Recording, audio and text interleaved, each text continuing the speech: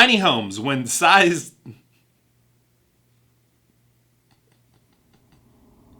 I can't even keep a straight face. Just roll the intro.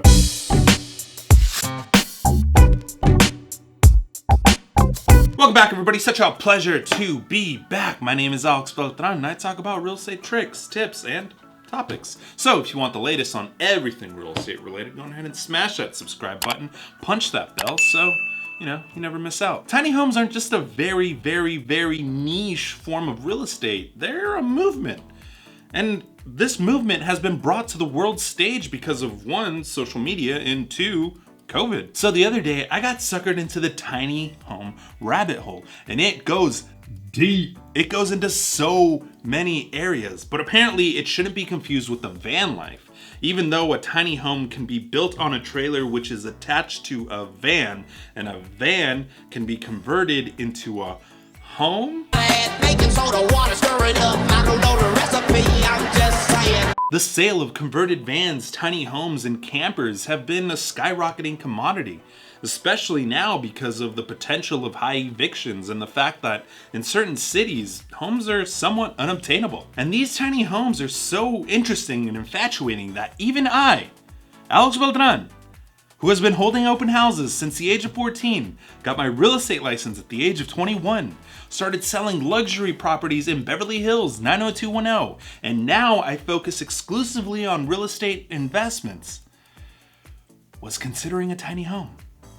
And I convinced myself that it was a good idea. Now, I don't know if you ride motorcycles on the road or not, but a tiny home is like a Kawasaki Ninja 300. It's got that sporty look, and to the untrained eye, it looks exactly like a Kawasaki Ninja ZX6R. So you can still take a bunch of Instagram bangers and grow your following, and it's very easy to convince yourself. Besides, I'm only using this for commuting. I just don't see myself needing that much power. This motorcycle is just fine for me. I really don't need anything else. 5 days later, you realize that picking up speed responsibly is a great way to get out of people's blind spots. By day 10, you've gone full throttle so many times that you feel like you're riding in a golf cart. And 3 months in, you have completely outgrown that motorcycle and you want to upgrade to anything bigger than a 300cc. You would have been better off getting a full-size non-sport bike like a FZ07, which is going to be way more comfortable, a lot funner to ride, and it's big enough to where you can ride it around for a while with no major complaints. All for relatively the same down payment. Now, if you're not a motorcycle enthusiast and you don't catch that reference, it's like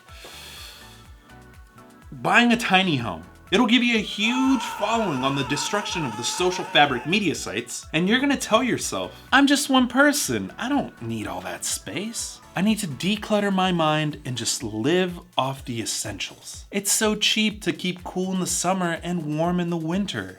5 days later, you realize that you can't fit your coats, which are going to be vital come wintertime. So you go to Costco and you buy one of those sheds that just happens to be bigger than your actual home. 10 days in, you spill something in the kitchen and you have to clean up your sheets and clean up the rest of the mess that ended up in the restroom.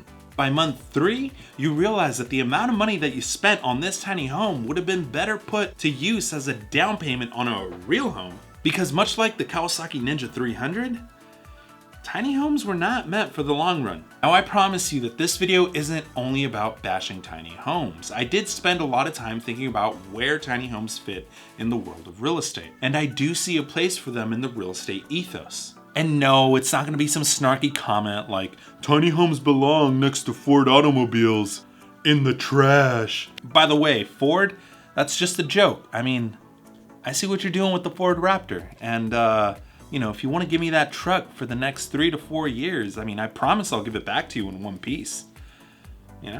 Just saying, just throwing that out there. It'd be pretty cool. So from a real estate investor's point of view, why are tiny homes the worst real estate investment you can make? Let's first compare it to real estate as a whole. Like I said earlier in the video, tiny homes are not going to fare well in the long run. There are 2 ways to look at real estate: as an investor or as a casual buyer.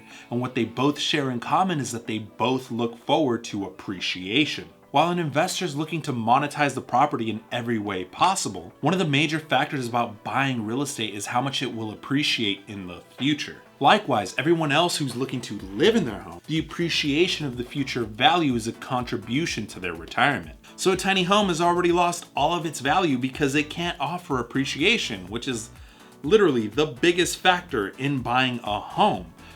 However, for the sake of this video, let's keep punching down. Let's compare it to other formal forms of real estate like the studio apartment, the mobile home, and the 1-bedroom, 1-bath, single-family residential property. The studio apartment, chances are, you're only gonna rent a studio apartment because there's no real reason to own it. It doesn't appreciate either, and if it does, it's an outlier. And I know what you're thinking. In New York, they sell studio apartments all the time.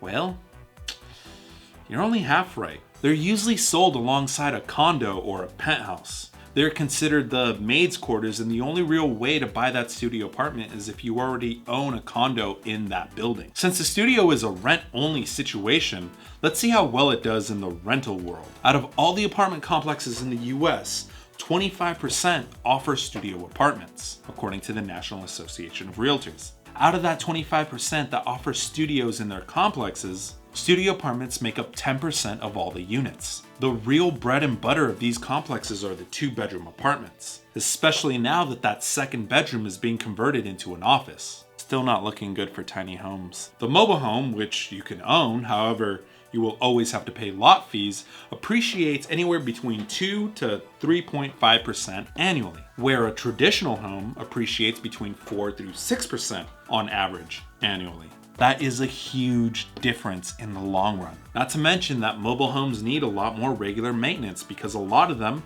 aren't attached to an actual foundation, and the material that a lot of these mobile homes are made out of require more maintenance. Not to mention that most people will choose a mobile home over a tiny home any day.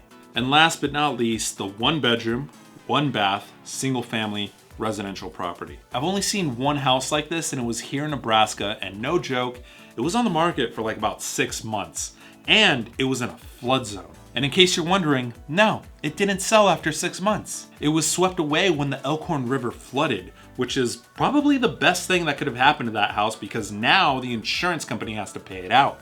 Tiny homes, are you beginning to see a pattern of how doomed you really are? All right.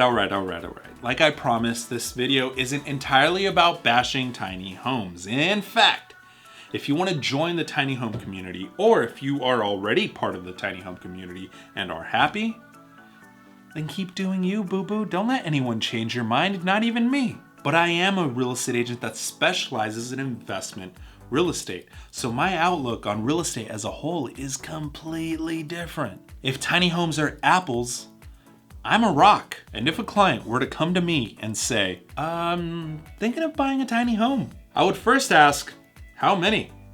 Because if you're looking to buy a tiny home just for yourself to live in, the answer is no.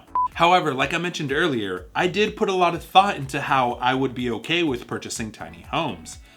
And if, and this is a huge if, I were to purchase tiny homes, it would have to be multiple tiny homes on a single lot and turn it into like an Airbnb type situation. Like those floating villas in Bora Bora, or the bubble hotels in Switzerland, the luxury Petra bubble hotel. Why not make a tiny home hotel or villa, whatever you want to call it, where people can come and experience the tiny home lifestyle on a long-term or short-term basis. And you are using the weakness of the tiny home as its strengths. Easy to clean up, easy to keep warm, and easy to keep cool. Those are expense savings that formal hotels cannot compete with. It's actually a really good business idea if you pick out the right location. If after watching this video you happen to open up a tiny hotel business, which, I clearly just laid out, my contact is in the description down below. I can let you know where to send my royalty check for enlightening you on this new and exciting business endeavor. So question of the day, actually in this case, 2 questions of the day. Number 1, do you own a tiny home?